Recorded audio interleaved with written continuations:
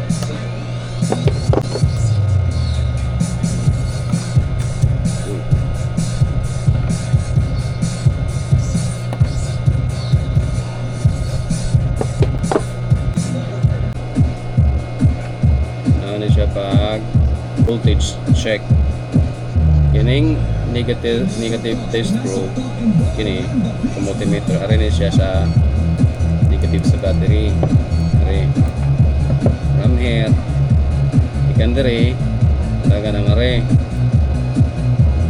3.2 volts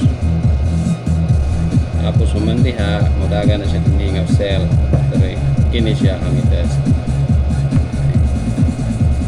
which is 6.5 volts. Pag umanin dire, madaga na po na siya dire.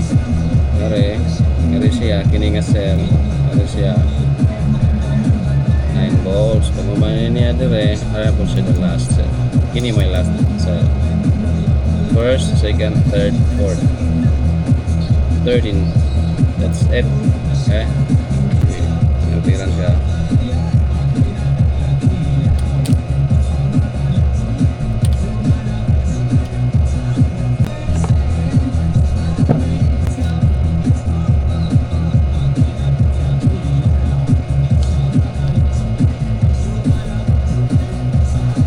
Guys, kung nakabahin akong game, comment naman sa comment section box kung manginahanglan mo battery